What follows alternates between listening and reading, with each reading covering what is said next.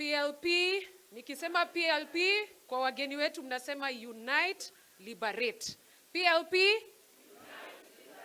PLP?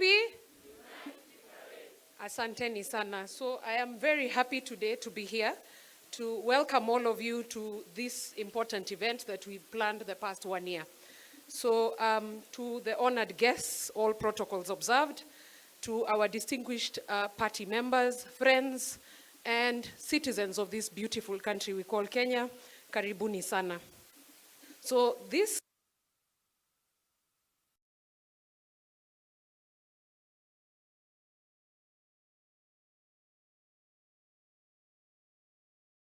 lazima mtu amekuwa mtu mzima.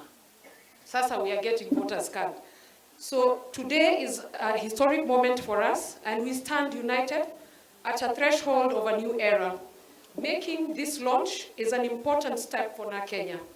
Our transition is not only a shift in names, because the party was registered in 2006. 17 years down the line, it started as a cooperative society. We've moved during the 2010 constitution to form what we now call the Political Parties Act, and we now are under the ambit of the Registrar of Political Parties. So you can imagine from that moment we transitioned, and I'm proud to say that Kenya was party 001 in terms of registration and compliance. So we are moving with that tag with us, because we still remain party 001. Ni kuoga tu na kurudi soko, as they say, kwa lugha ya mtaa.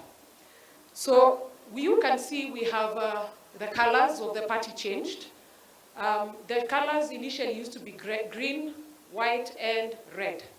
We retained the flower symbol because ukitoka kwa boma upotezi kila kitu. You remain with an identity for historical purposes and also to remember where we are coming from. Then we picked the other colors. We changed the green, lilac, and purple. So just to explain why we chose those colors.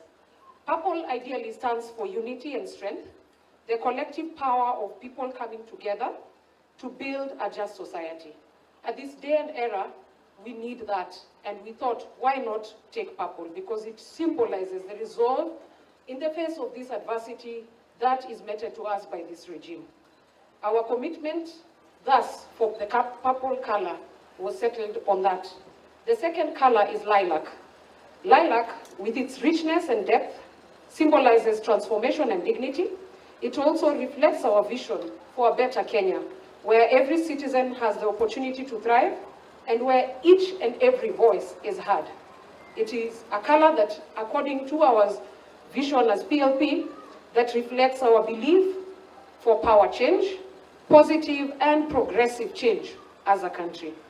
Finally, we all know white represents purity, clarity, and truth.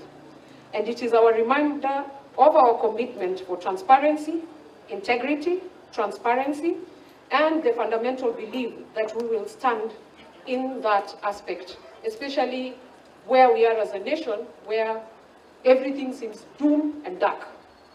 So thus guided the colors for the party. We also, the last 1 year, saw a robust of changes. Key among them is constitutional changes, because you cannot just call rebranding by finishing at that. And so one of the key provisions we included, there are many of them, so feel free, we will also be sharing with you. But the key component that we introduced, and I'm happy it came from the party leader, is term limits for party leaders. So we are not going to have PL being there forever, as Honorable Martha Karua in PLP. Atafanya yake, aondoke. Because what we've had as a country is you retain a seat forever. So you don't leave room for growth, especially to the younger people. So where do you expect us to be mentored? So asante Honorable Karua, because that suggestion came from her, that we must set an example and term limits must be there. As I wind up, mine is to request, as a country and as a nation, it is a high time that we unite and liberate for the common vision of our country. Regardless of our color, race, tribe, religion, affiliations, and everything else, we are all affected by bad governance and bad economy. That, needless to say, must make us to do what? Unite and liberate.